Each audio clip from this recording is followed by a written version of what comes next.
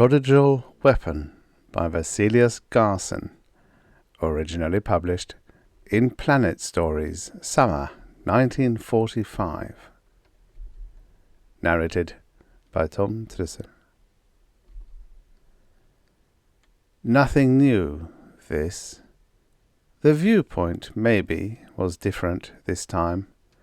The script was the same, only there were new actors in the cast of characters.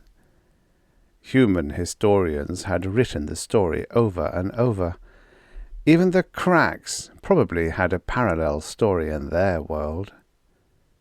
Sean McKenna flinched a little as the beam of the thin yellow light bit into his left shoulder, burning a crooked X into the tanned flesh. Then with a shrug, Sean nodded his red-thatched head slightly, moved into the rapidly growing queue of humans who watched the crack counters with varied expressions, most of them quietly despairing. Sean accepted his destiny with a slanted smile. He, too, stared steadily at the impassive-faced Kraks, whose naked torso and hairless round heads glistened with sweat in the afternoon of Earth's sun. He thought, "They have 2 eyes, 2 ears, a nose, a mouth, 1 body, 2 arms, and 2 legs, just like us humans. But they are something apart from us, for they are the masters, and we," his mind shrugged, "are the slaves." Sean fixed his green eyes on the scarlet-kilted Krak whose light had so emotionlessly added him to the cargo of slaves for the Krak's home planet somewhere out in the reaches of space. Sean grew aware of the monotonous voice of a Krak, tolling out what must be numbers as the yellow lights in the crowns of other Kraks flicked haphazardly among the other residents of Sean's village. Then the monotonous voice sharpened, and the yellow lights stopped flickering. There was silence, then, for a brief moment, while the eyes of those chosen and those left behind touched briefly, despairingly. In that silence, Sean heard her voice, and the quietness with which he had accepted the end of his earthly life almost vanished. "Oh, Sean!" she cried. "They didn't take me!" Sean's eyes darted to the edge of the crowd to where she stood, her arms stretched out supplicatingly to him, her soft red lips quivering, her blue eyes brimming, her soft black hair caressed by the afternoon wind. Sean broke out of line then, almost running toward her. The scarlet-kilted Krak who had mocked him reached out a restraining hand. His fingers bit into Sean's arm until the blood spurted. The shock of pain from his arm held in the Krak's unbreakable hold halted him. He looked at her quietly, then shrugged, and marched back to his place in the line. He was unmindful of the pain in his wrenched arm as he moved along with the rest up the slanted walk to the oval door of the spaceship. At the top he turned, and his voice rose above the murmur of the crowd.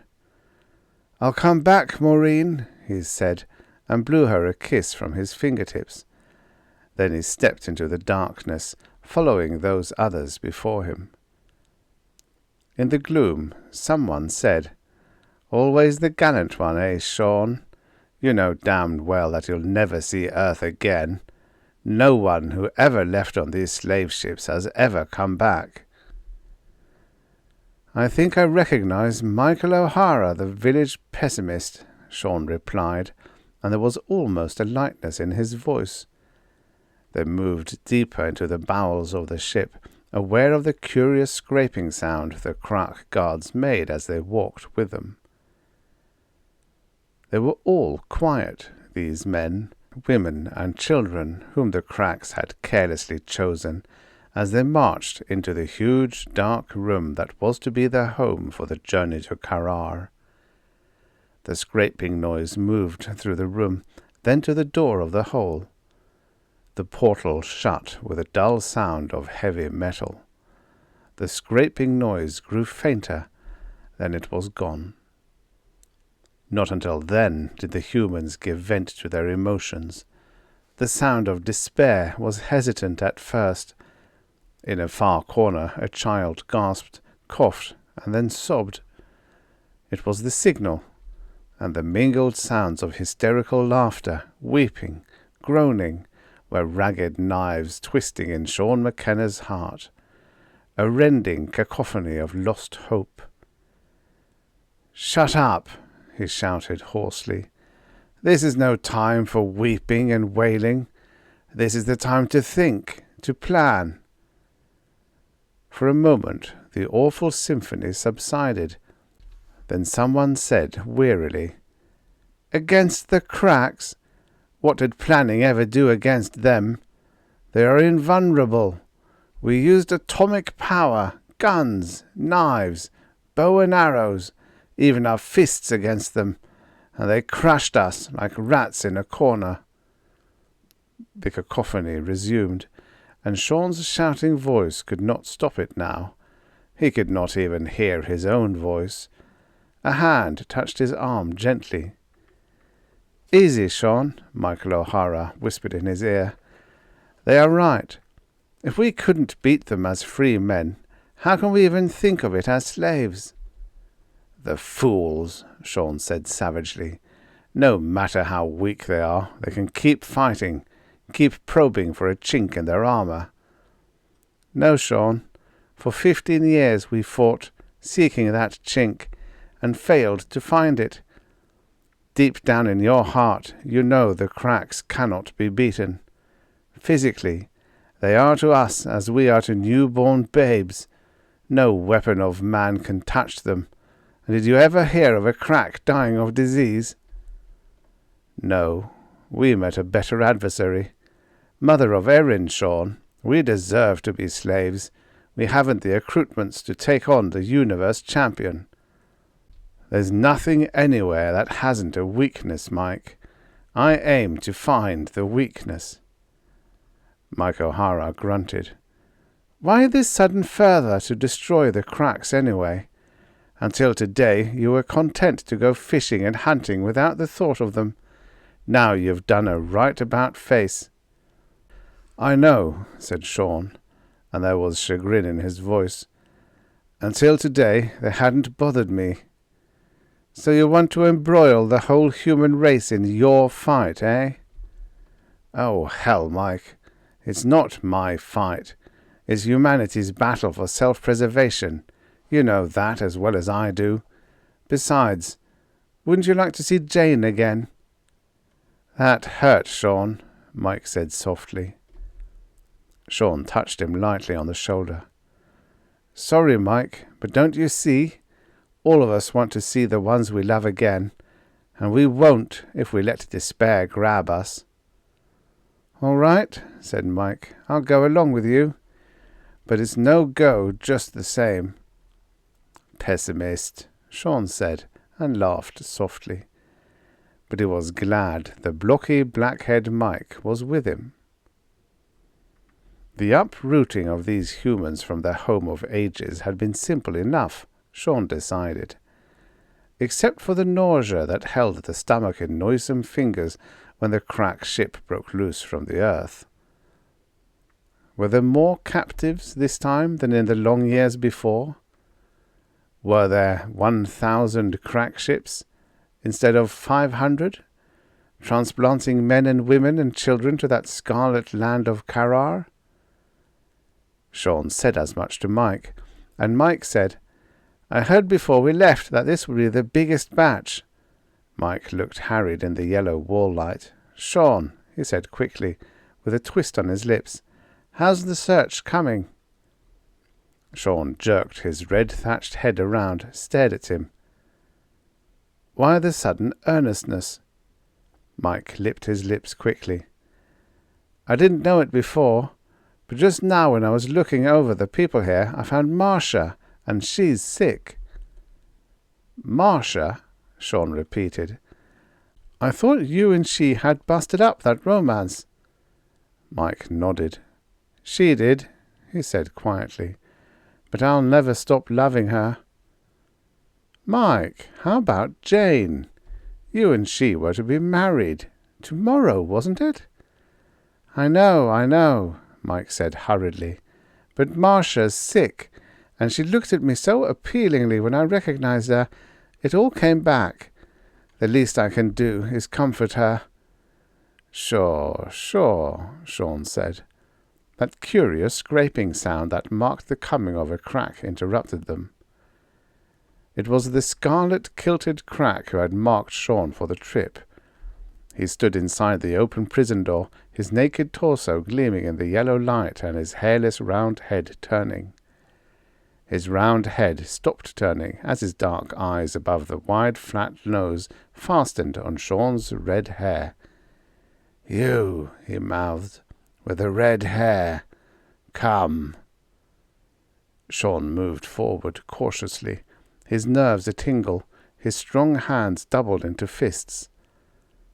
He followed the scarlet kilt out of the packed prison room, along an interminable series of passageways that led upward, and finally entered a room about 20 feet wide and 30 feet long. It was innocent of furniture or decoration. There were no windows. But standing in the middle of the room was an 8-foot Krak, dwarfing even the 7-foot bulk of his guide. The scarlet-kilted Krak turned to him. "Find your answer," the scarlet-kilted Krak said cryptically.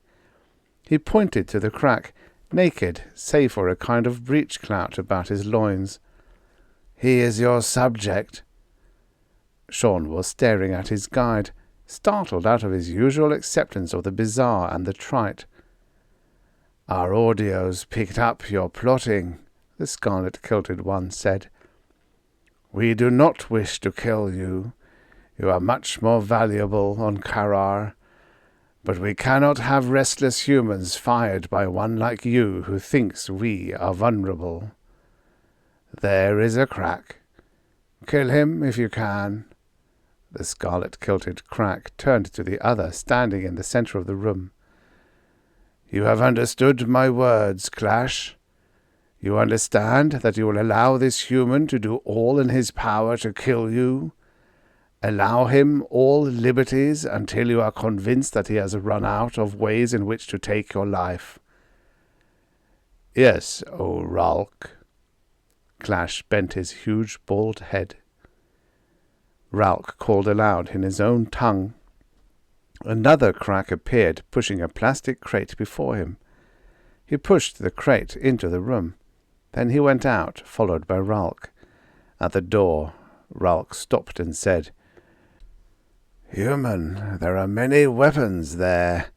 Use them, and see if you can kill one of us." Then he went out. Sean McKenna was alone with the brute called Clash.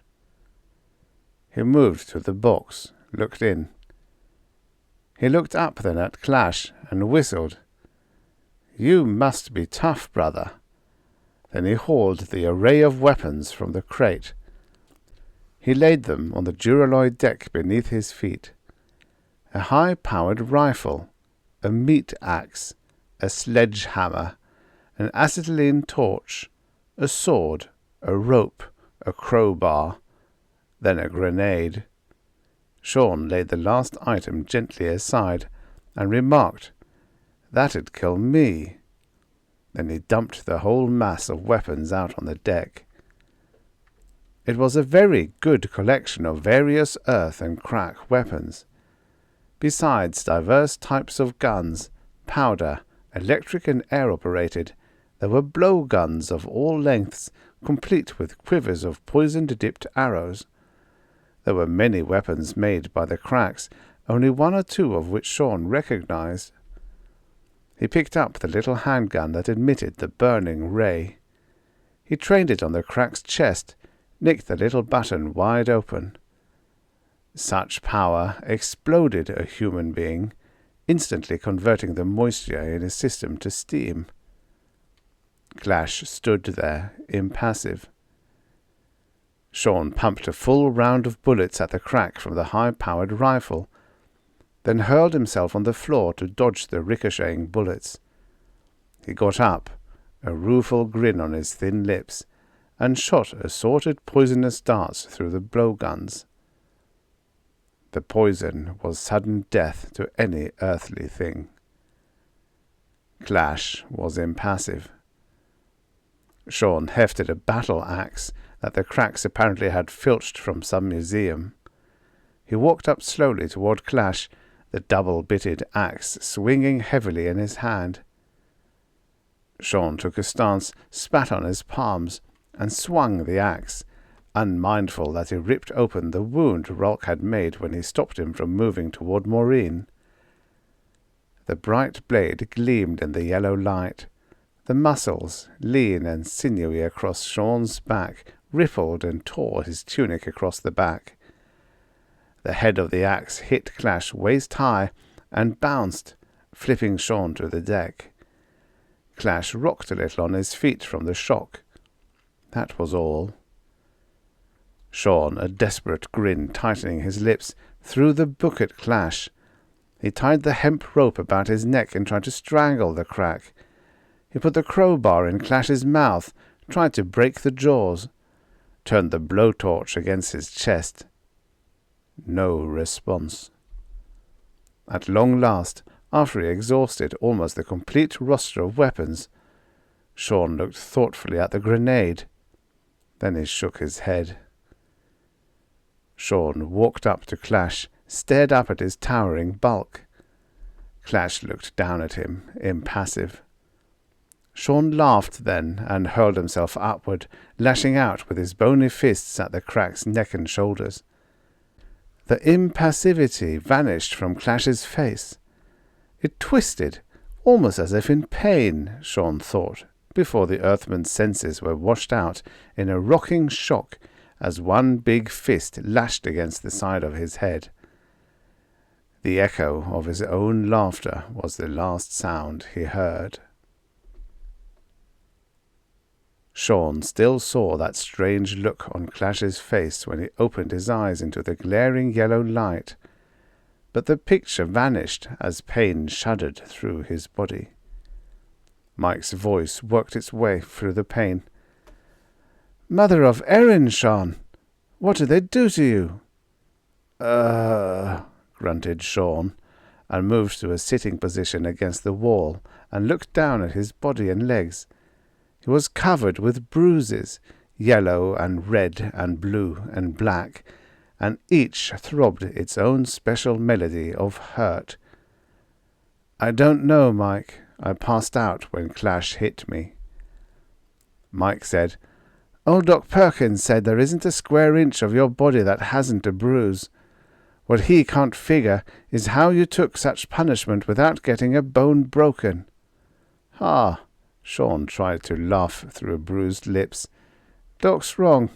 They busted every bone in my body. Then they glued me together again." He paused. "Mike, I found it." "Sure, Sean," Mike put in gently.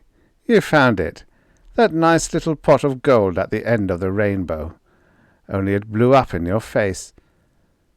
"No, Mike, I found that chink." Mike gasped once, then sat there very quietly staring at the red-headed Sean. Finally he said, "Give me the solution." "It's the bone from the shoulder to the neck, Mike. That's the vulnerable part." He launched into a description of his hopeless task of trying to destroy Clash. "Then at the end, Mike, I jumped up and socked him in the neck and in that hollow in the shoulder. He winced, Mike, and I'll swear that he flinched in pain. Then he knocked me out." "But how do you know it isn't the neck?" "I told you I had that rope around his neck." "Maybe he had a stomachache or something that brought that look to his face." "Holy mother, Mike, if he'd eaten something that didn't agree with him, do you think he'd wait until then to feel painful?" "Maybe it was the poison, Sean, just taking hold." "No, Mike, He grimaced just when my fist struck that bone. It was the first sign of pain during the whole time. That's got to be it, Mike. Kraks aren't invulnerable. They've just been careful not to let us find out." "Why didn't they kill you then, when you found out?" Sean shrugged the thought away. "Maybe Clash didn't tell them. Maybe it's just luck. I don't know. But I do know this, Mike. It's the first time that a Krak ever departed from that poker face." Mike sat there, pessimism fighting with his new thread of hope. "Okay," he said finally. "I guess we can try it anyway, though I don't think much of the idea. But it's a chance, and I sure would like to get Marcia back on Earth." "To meet Jane?" Sean asked quietly. Mike looked at him, almost like a boy caught with his hand in the jam jar. It was some hours later when Sean slapped the sandal against the palm of his hand and muttered, "Sandals aren't much good as weapons, but they'll have to do." They looked at Mike and the other 11 men that the two of them had convinced, in whispers so that the audios would pick up only sounds and not the words of their plan. Mike said, "He's due along here any minute now." Sean nodded and slapped the sandal against the palm of his hand again.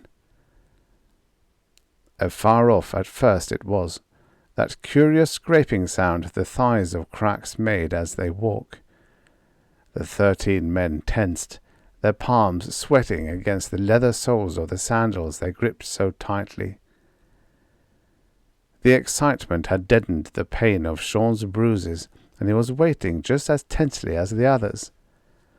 The other Earth people, packed into the huge cell, were staring at them, some licking their lips, some with questions fighting through the despair in their eyes, all of them dejectedly looking. The cry was in Sean's mind. Oh, to destroy their despair, that they might see once more with eyes of hope. The scrape, scrape came closer. It halted outside the heavy metal door. Smaller bits of metal rattled. Then the door opened inward. Sean, being closest to the opening portal, swung his sandal first. It made a curious spatting sound. Forgetful of the wrenching pain, he leaped, wrapped an arm around the Krak's neck, and lashed out with the sandal again and again. The Krak reached up one powerful arm, ripped the red-headed Earthman from his perch. The other dozen Earthmen leaped on him then, their sandals flailing. Sean flung against the wall, tried to move, but his muscles were tar and wouldn't respond. He watched the battle, trying desperately to move. Of a sudden, then, he was biting his lips, and tears of chagrin were blinding his eyes. For the Krak still towered there, impassive and invulnerable, smashing the Earthmen down with his huge fists. One of the 13, Bill Hawkins, lay on the deck of the prison, his head split open like a ruptured muskmelon. Another moaned on the floor, helplessly trying to move both his broken arms. Mike fought to the last, but even his driving fists were stopped when the Krak pounded him on the side of the head and drove him to the floor. The Krak looked around the prison room impassively, his bald head moving slowly, effortlessly. Then he went out. The tar that was his muscles finally set, and Sean could move. He crawled to where Mike lay spread-eagled on the floor, took the black-topped head in his lap, rocked with it. "Oh, Mike, I'm sorry. I was so sure." Tiny fists pounded on his bruised back. Sean started to turn. Then fingers were entwined in his red hair, yanking, bringing painful tears to his eyes. "Get away from him, you beast!" Sean saw tiny blonde Marcia, her soft face twisted into harsh lines, pulling him away from Mike. He let Mike's head drop gently to the deck. Then he stood up. Instantly Marcia was beside Mike, touching him, talking to him softly. Sean looked at Bill Hawkins lying dead there on the floor, the dark dead stuff smearing the polished surface. He looked at those others there. Despair was still there in their eyes, but something else too. They looked away from him, deliberately avoiding his eyes. The soft moaning of Jack Wilson turned him around. "I'm sorry, Jack. It's my fault. I was so sure that was the vulnerable point." Jack's pain-filled eyes looked down on his broken arms, then fastened on Sean.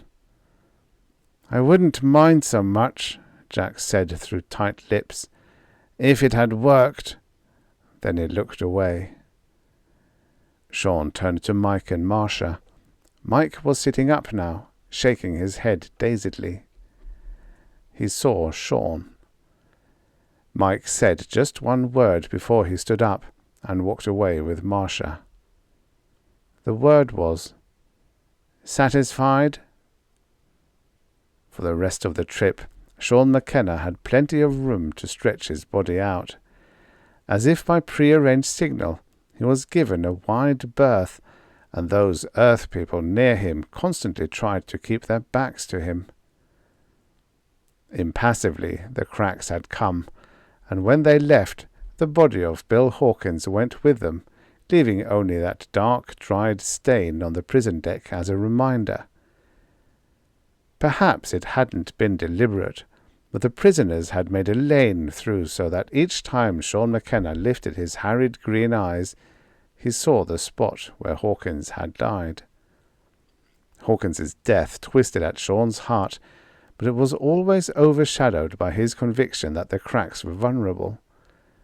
Sean's mind probed, trying to find the answer to why Clash, the huge Krak, had flinched when Sean's fist had struck him.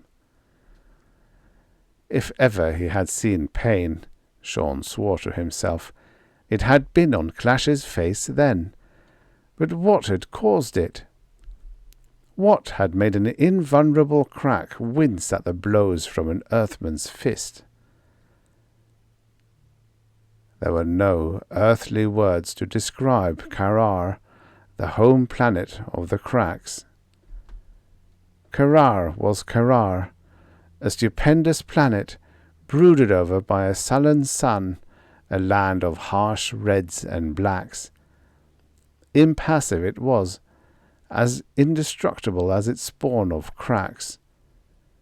They'd known when the landing had been made, for the Kraks, their blank faces rigid, had come into the prison room and roughly strapped a metal contrivance on the back of each Earth person, man, woman, and child.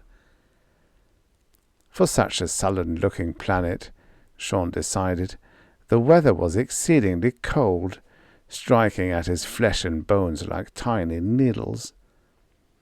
The Kraks herded the long line of humans through the airlock out onto the huge expanse of the spaceport. There were thousands of ship cradles, it seemed, and they were packed with other ships unloading their cargo.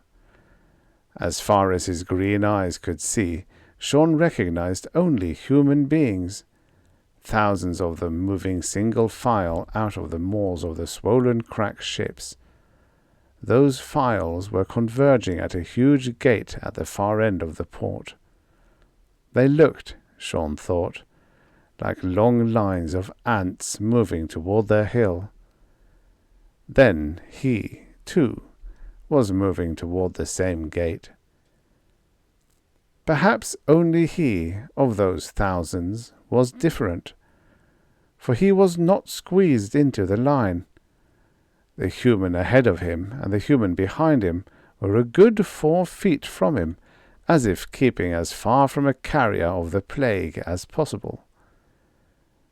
Sean grinned wryly.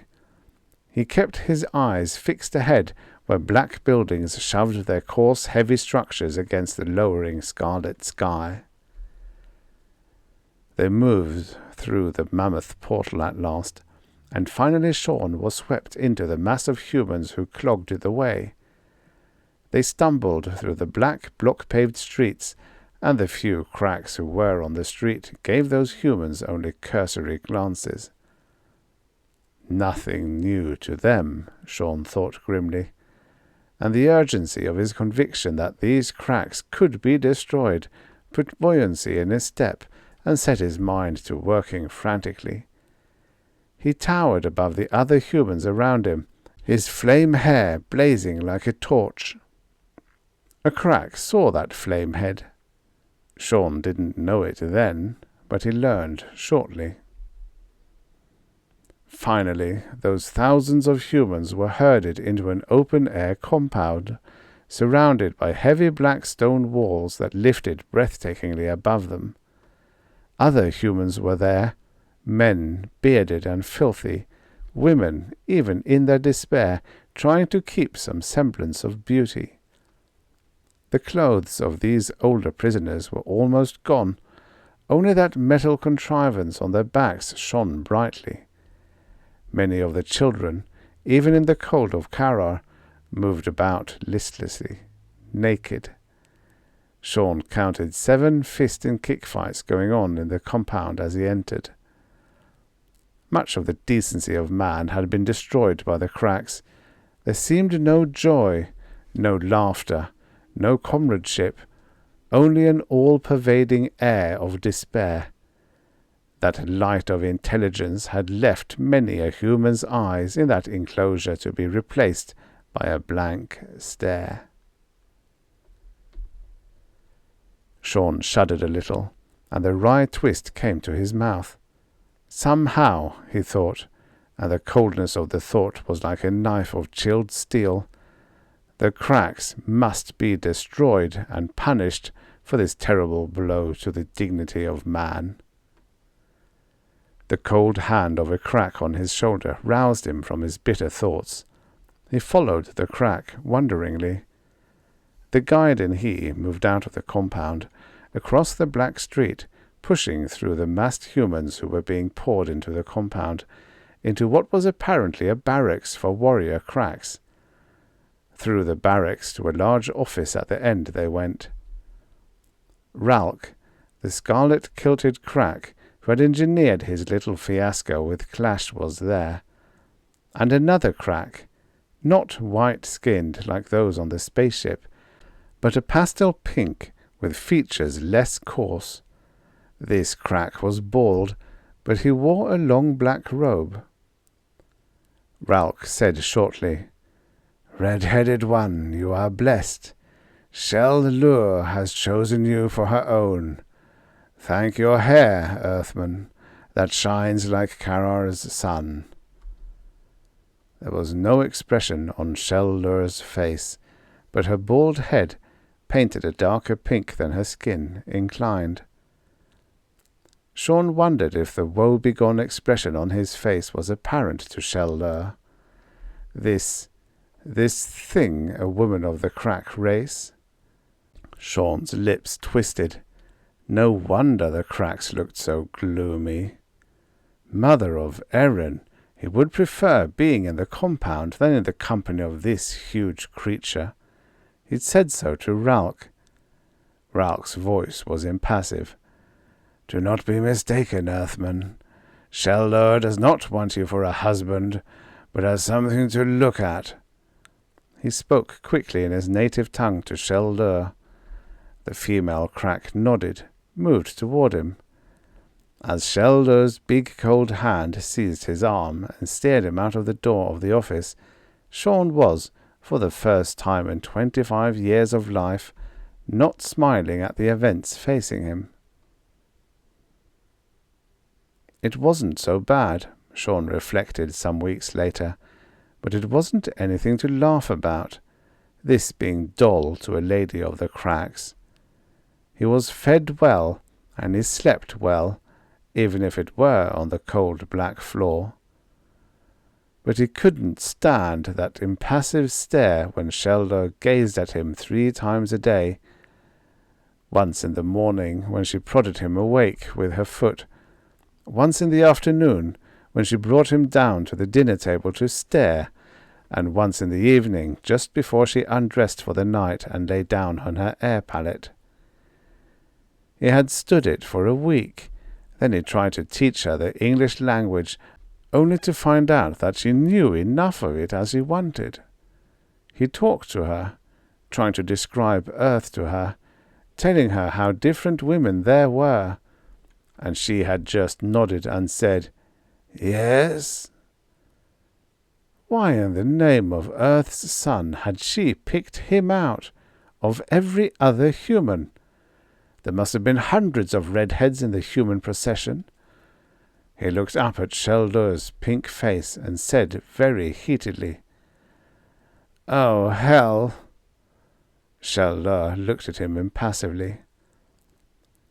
He had plenty of time to think now and to watch. The picture of the giant clash ever was with him, that look of pain pricking and tickling at his mind. Once he asked Sheldur, "Can't you be killed?" In her atrociously accented English she said, "No, I cannot be killed. No Krak ever killed." "Don't you ever die?" "Oh yes, we die." "How?" Sheldur merely shrugged and repeated, "We die," and looked at him impassively. He liked those rare occasions when she sent him out with the laundry to the section laundry where the humans toiled day and night with the heavy garments. It was good to see her own kind, he thought, even if they are slaves.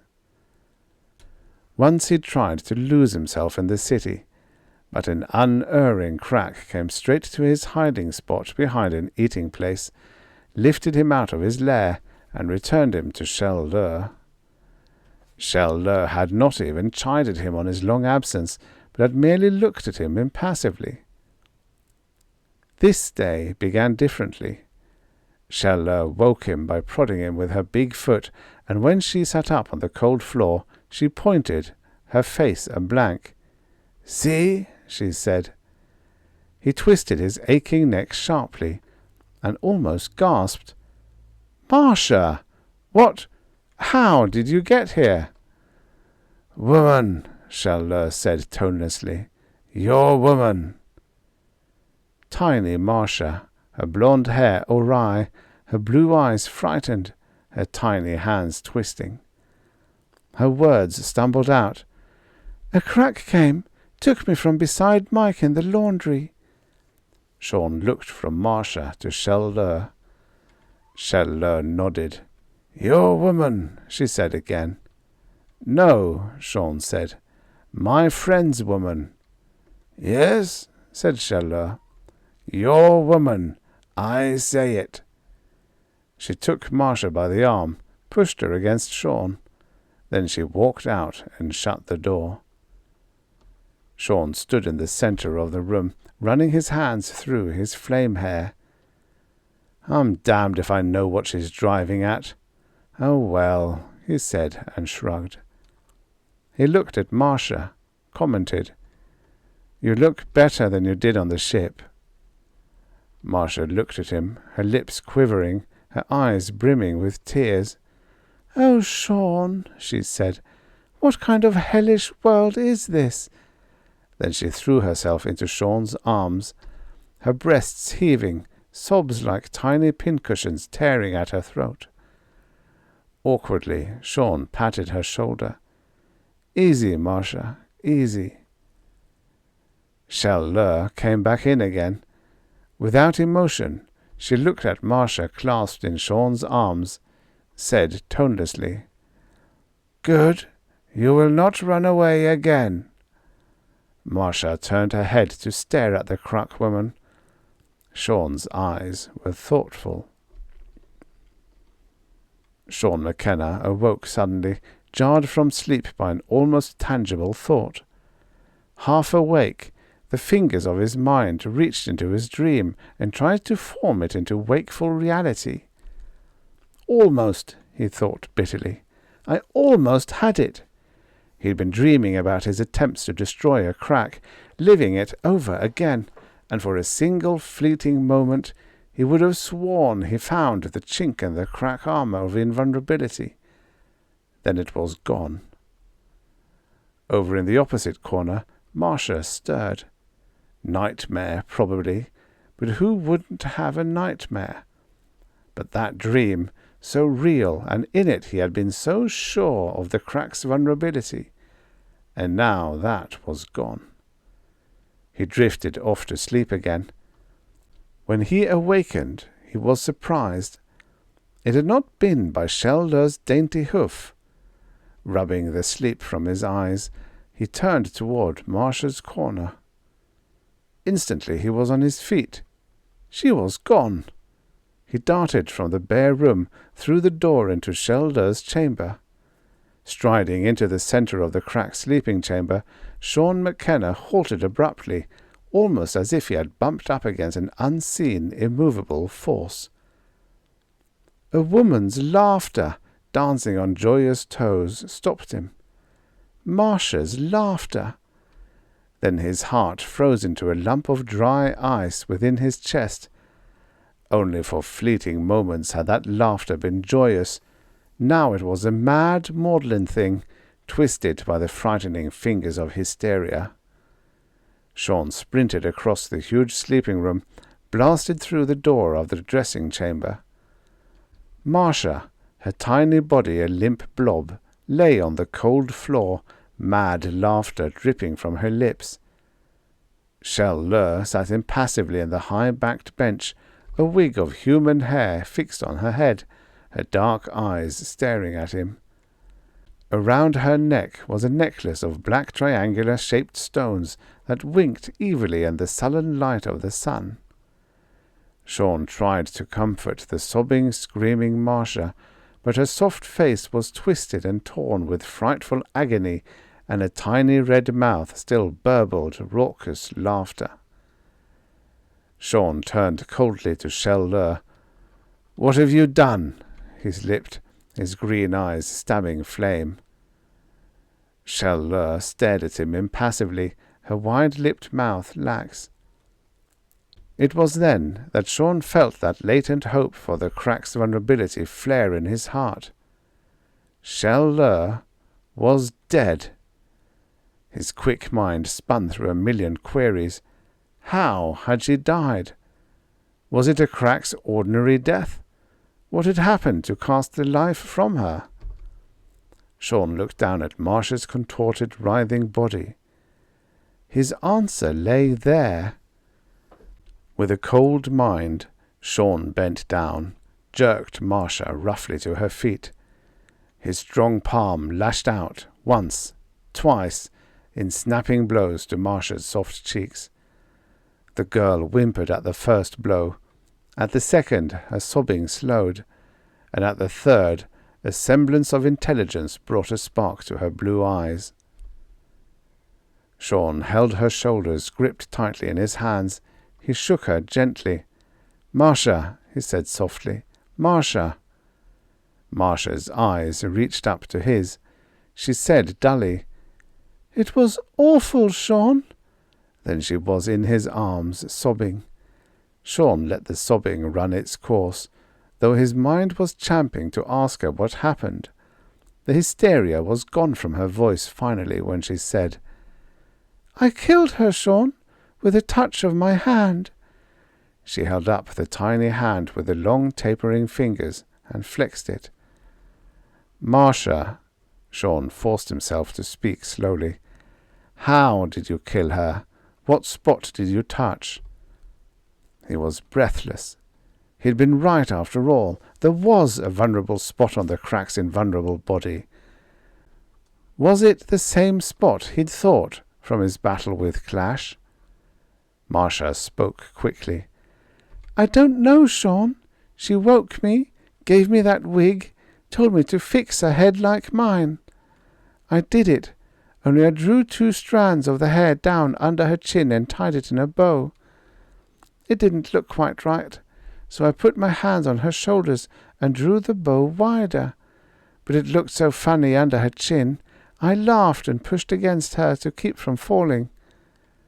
"Where did you touch her?" "I don't remember, Sean. I don't remember. Anyway, right then, her whole face twisted into awful knots, and her throat worked as if she couldn't get enough air to breathe. Her face turned white, and then blue, and back to pink again. Her face, oh, it was terrible looking and frightened me so much. Marcia pushed closer to Sean, her tiny arms twisted tightly about him. Sean was unaware of Marcia's warm body pressing against him, for he was remembering. It was only a trickle at first, then it grew and bubbled, and the laughter pushed Sean's mouth open. The chink! His mind was shrieking. I found it! He laughed until the tears ran down his cheeks. It was the first time in many weeks that Sean McKenna had laughed like that, full-throated and joyous. Abruptly he sobered. Marcia, he said, help me dump Sheldon into a laundry hamper. We'll have to get her out of here. Get her to where other Earth people, Mike and the rest of them, may see her, a dead Krak, an unkillable, unburnable Krak, dead violently. Then they will listen to me. Marcia raised puzzled eyes to him. But what part of her did I touch to kill her? No time for explanations. Only this much. It's you the Earth should thank for finding the chink in the Krak's armor. The answer was there, but me, I was the guy who couldn't see the trees for the forest. As he talked, Sean was dragging the tall plastic clothes hamper to the side of the dead Sheldon. It strained every muscle of Sean's lean, tough body to transfer Sheldon's bulk from the high-backed bench to the hamper. Marcia brought some soiled clothes that they arranged around Sheldon's body, doubled up in the hamper. The thick plastic rollers squeaked under the weight as he worked it to the hallway outside Sheldon's apartments, Marcia trailing behind him. The two Krak guards flicked their eyes at them, but remained impassive. It was nothing unusual to see an Earthling delivering clothes to the laundry. Sean masked the effort as he trundled the hamper by the guards. It might arouse suspicions if they thought he was disclosing undue stress. He was sweating as he worked the hamper step by step down the long stairway leading to the street. He was desperately afraid that the hamper would overbalance and topple Sheldon's body out on the landing before the two guards near the main gate. But Marcia strained her tiny body against the hamper, relieving some of the drag. The Kraks did not even glance at them. Outside, with the door closed, Sean straightened, blew a breath of relief through his tight lips. Of a sudden, Marcia pulled his head, kissed him firmly on the lips. Sean jerked away abruptly. "Don't you like me?" she asked petulantly. "I like you." "How about Mike?" Marcia shrugged. For a moment, Sean wanted to take her tiny body and shake some sense into it, but then he remembered that it was she who had given him the key to the enigma of the Krak's invulnerability. Trust a woman to find a man's Achilles heel. He grinned wryly and asked, "Which way to Mike's laundry?" Marcia pointed, still pouting a little. Mike saw them first as they pushed the hamper into the spraying room. His dark face, the dark hair crowning it like a thick cap, lighted at the sight of Marcia and harshened when he saw Sean. Mike moved quickly toward them, his eyes fixed on Marcia's face. His arms were outstretched. Sean was looking at Marcia out of the corner of his green eyes. At Mike's approach, she moved closer to Sean, tugged at his arm. "Marcia," Mike said, and his voice carried his heart with it. "I was scared stiff when they took you. How?" Mike's dark eyes saw Marcia's fingers flexing on Sean's arm. He took a step forward, his bulging muscles rippling, his dark eyes snapping. Sean, wordlessly, dumped over the hamper. Shell-Lur's body spilling out on the damp floor stopped him instantly. Mike O'Hara stared at the body of the Krak, then at Sean's smiling lips. "Dead," Sean's voice was quiet. "Dead?" Their soft voices brought other earthlings crowding from the various parts of the spraying room. They, too, stared at the dead bulk of the pink-skinned Krak. "How?" Mike breathed the word like a prayer. Sean jerked a thumb at Marcia. "Marcia did it, and showed me how." Marcia broke in. "But I don't know how I did it, Sean." Sean shrugged as Mike moved closer to Marcia. "Oh, Marcia," Mike said softly, "you found the way." His arms reached out as if to clasp her, but she ducked under them, put her arm around Sean's waist. Sean's fingers pushed her arm loose, but Mike was a fury before him. "So," Mike growled, "I must think of Jane. I must forget Marcia." He sniffed loudly. "Well, friend, how about Maureen? I suppose she'll greet Marcia with open arms." They paused a moment. "I'll come back, Maureen." Mike mimicked Sean's last words to his black-haired Maureen when the Earthlings had first been driven aboard the Krak ship many weeks before. Then Mike's big fist lashed out. Sean's strong hands reached out, caught the arm, pushed it to Mike's side as he said quietly, "Easy, Mike, easy." He added, "There are more important things to consider now than jealousy." A movement from Marcia turned Sean's head quickly. Then he smiled that slanted grin. "Look, Mike, she's just a feather, blown about by what takes her fancy." Sean jerked his flame head at Marcia. She was smiling up at a tall, slim blonde, a stranger to Sean who had been hovering in the background. Mike looked, and the fire in his dark eyes died a little. Muscles worked in the sides of his jaw. His barrel chest lifted in a deep breath. Then he grinned a little shamefacedly. His voice was abrupt then. "How did the Krak die, Sean?" Sean said enigmatically, "By an Earthling's cruelest weapon. A weapon which has been lost to most humans since the Kraks came. A sort of Prodigal Weapon. I used it once on Clash, and didn't know it. I couldn't see it then. But Marcia's killing Shell-Lur gave me the answer." Sean McKenna took Mike's arm, led him to the door. They moved outside where two Krak guardsmen stood. They paced out into the black-paved street. "Watch them," Sean said softly, triumph in his voice. Sean McKenna began to laugh, the deep waves of it pouring up out of his chest, filling the sullen air with its joy. There it was, he thought humbly, the weapon. Laughter! The two Kraks stood impassive. Their dark eyes were quiet. They were unperturbed. Sean stopped laughing. His bright green eyes were dull as he turned to Mike O'Hara. "It doesn't work," he said. They were just words. There was no emotion in them. He might have been talking about the weather. "I was sure this was it. Laughter. David's sling against Goliath." Then Sean McKenna shrugged. His voice was flippant now. His green eyes stared at Mike's dark ones unblinkingly. He wondered, are my eyes as blank and dull as Mike's?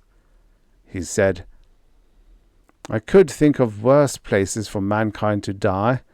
He swept his left arm encompassing red sky and black city. "But not many." He laughed again.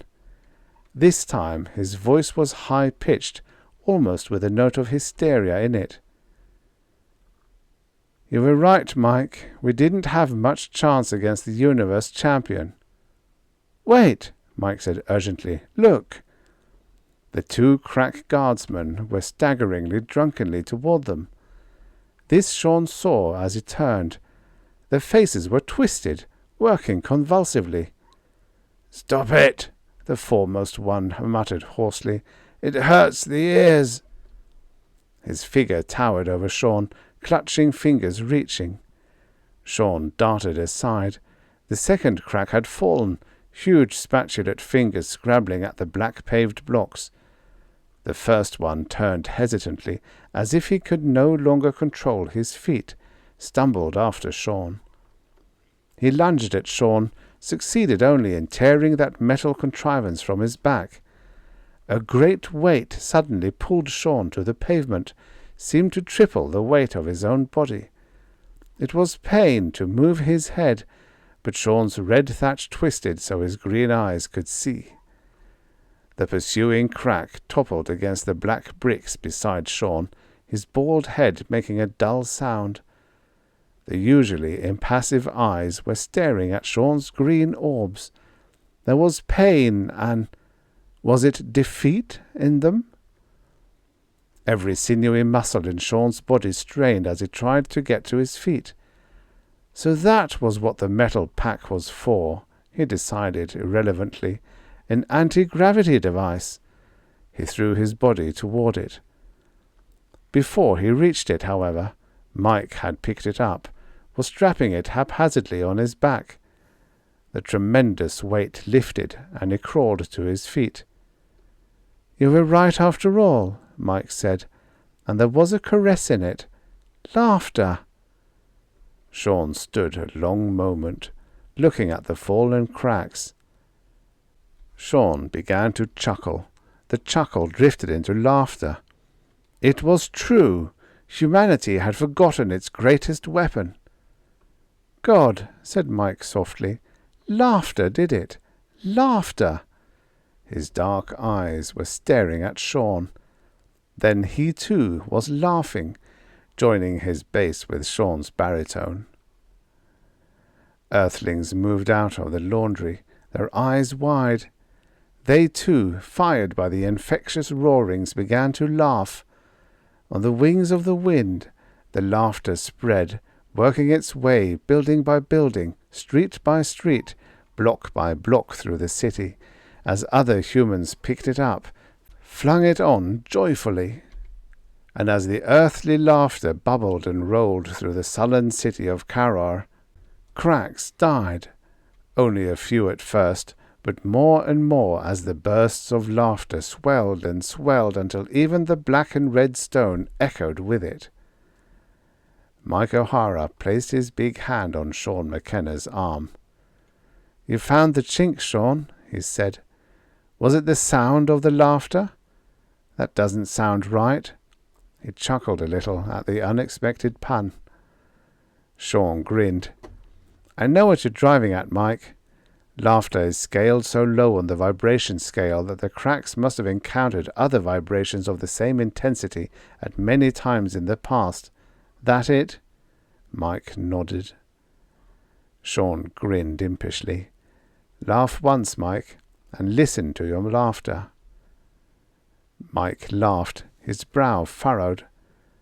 "No idea bloomed," he said when he stopped laughing. "Burlesque it," Sean said. "Do it in slow motion." He demonstrated. "Like this. Ha, ha, ha, ha." "Got it," Mike exclaimed. "It's not a single sound. It's a series of them. It's the old story of the soldiers crossing the bridge. It's not each individual soldier. It's the cadence. Not ha, but ha, ha, ha. Like kicking at the lock of a door instead of pushing on it steadily to get it open. Like chipping at a rock instead of trying to smash it with one blow. There's a slow of analogies if we want to go on with it." "That one Krak muttered something about his ears," Mike put in. Sean nodded. "That, I think, marks the spot of their Achilles' heel. They're like us in many ways, but one difference apparently lies in their ears. I'll get old Doc Perkins to dissect some of them. My own idea is that their balance canals are constituted differently somehow than ours. Those two Kraks gave all the appearance of being unable to maintain their balance. In us, those ear canals are gyroscopes. That's why even blind persons are aware when they begin to deviate from an upright position. Both our canals of balance and those of the Kraks probably function the same way, but the extra gravity of this planet may have wrought the chink which we found. With study and experimentation we should find out for sure just what happens. Sean stopped talking, gazed at the people around him who were laughing. He felt his chest swelling with pride. Man was on the road back to Earth with its rolling green hills, its blue skies, its brown mountains, its myriad sounds and smells and sights. Man was going home with a weapon to cast out the invader. He stood for a long time, Mike's hand on his arm, watching these happy humans. Even the black and red of Karrar was softened by the joyous light in their clear, unfilmed eyes. Finally, Sean McKenna said, "We have a new task, Mike. We've got to take them home." The sullen red sun dipped behind the black hills. The black mist of night flowed over the lowering sky, dimming it, finally enveloping it. The black mist thickened, formed silently into the night sky with its countless planets, its myriad suns. Somewhere in that star-scattered vastness is Earth, Sean McKenna thought.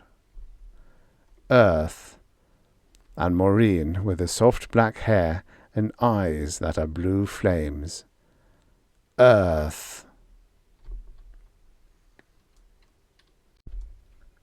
The end. Subscribe for your daily stories of futures past. Pathetic earthlings, hurling your bodies out into the void without the slightest inkling of who or what is out here.